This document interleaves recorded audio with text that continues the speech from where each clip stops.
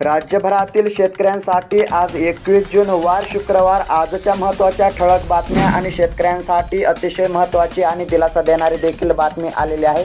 ती पाहण्यापूर्वी खाली दिलेल्या पांढऱ्या कलरच्या सबस्क्राइब बटनला क्लिक करून या चॅनलला नक्की सबस्क्राइब करा, जेणेकरून तुम्हाला रोजच्या रोज अशाच महत्त्वपूर्ण बातम्या या चॅनलवरती पाहायला मिळतील। थकीत असलेले पैसे शेतकऱ्यांच्या खात्यात जमा होण्यास सुरुवात, शेतकऱ्यांना मिळाला दिलासा। एकंदरीत जर पाहायला गेलं तर महाराष्ट्रातील शेतकऱ्यांना पीक विमा, नुकसान भरपाई, दुष्काळी अनुदान आणि इतर थकीत असलेल्या नुकसान भरपाईचे पैसे आता शेतकऱ्यांच्या बँक खात्यावरती जमा होण्यास सुरुवात झालेली आहे। मात्र केवायसी केले तर शेतकऱ्यांना या योजनांचा लाभ मिळणार आहे। कांद्याने गाठला उच्चांक, 3300 रुपये प्रति क्विंटलचा दर। जर पाहायला गेलं तर मे महिन्यात कांद्याला 2000 रुपये प्रति क्विंटल आतील भाव मिळत होता, मात्र आता कांद्याचे भाव वाढलेले आहेत। कांद्याने उच्चांक गाठलेला असून कांद्याला 3300 रुपये प्रति क्विंटल इतका भाव मिळत आहे।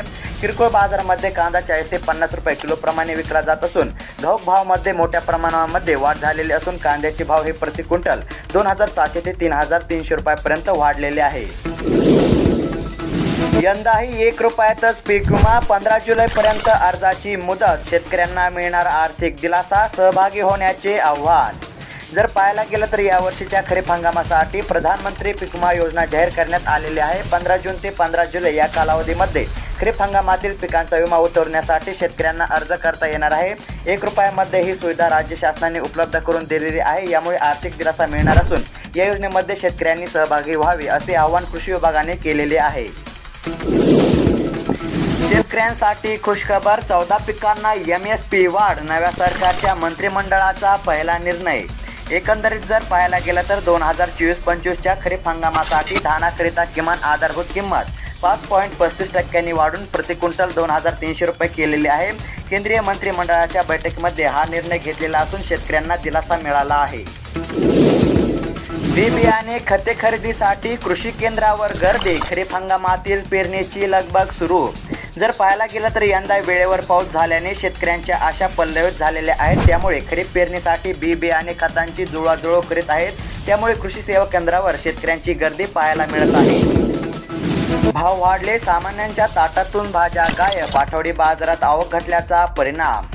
जर पाहायला गेलं तर आठवडी बाजारामध्ये ऐन पावसाळ्याच्या सुरुवातीला भाजीपाल्याची आवक घटलेली आहे। परिणामी भाज्यांचे दर वाढलेले आहेत। त्यामुळे सर्वसामान्य नागरिक भाजीपाला खरेदीकडे पाठ फिरवत असल्याचे पाहायला मिळत आहे। दररोजच्या आहारामधून डाळीचा वापर वाढल्याचे देखील पाहायला मिळत आहे।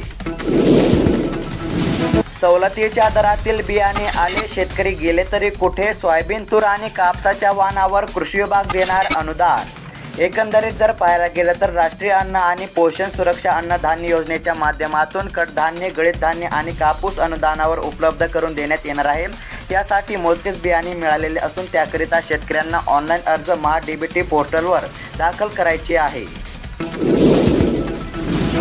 अखेर मान्सून आठवड्यानंतर पुढे सरकला, राज्यातील काही भागात जोरदार पावसाचा अंदाज। एकंदरीत जर पाहायला गेलं तर 8 दिवसाच्या मुक्कामानंतर शेवटी मान्सूनने आज राज्यासह देशाच्या इतर काही भागामध्ये प्रगती केली।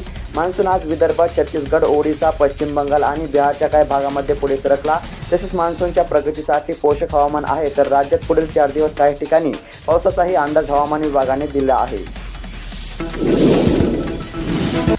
तर शेतकरी मित्रांनो, अशाच महत्त्वपूर्ण बातम्या रोजच्या रोज जाणून घेण्यासाठी आत्ताच खाली दिलेल्या पांढऱ्या कलरच्या सबस्क्राइब बटनला क्लिक करून या चॅनलला नक्की सबस्क्राइब करा। धन्यवाद।